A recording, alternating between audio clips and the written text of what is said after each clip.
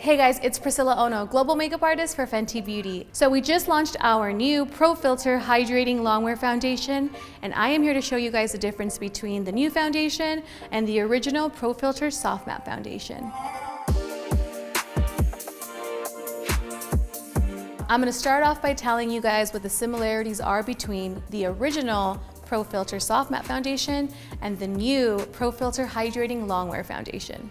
So they're both longwear, medium to full coverage. Both have light as air texture, and they are both sweat resistant and humidity resistant.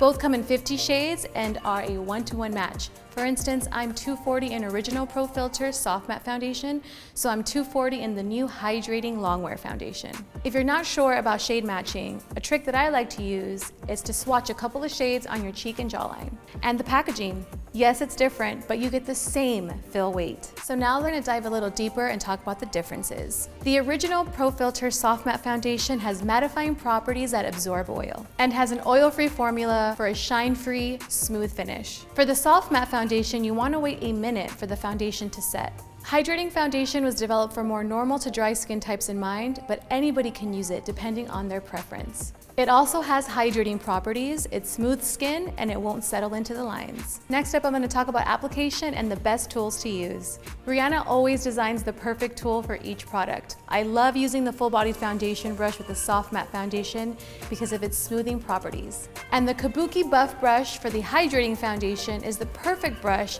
to buff in for a seamless application.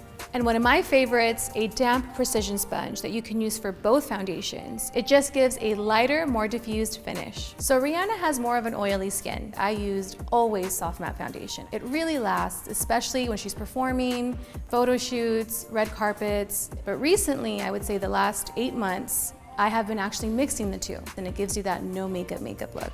Thanks for watching. I hope this was helpful, and I can't wait to see your Fenty face.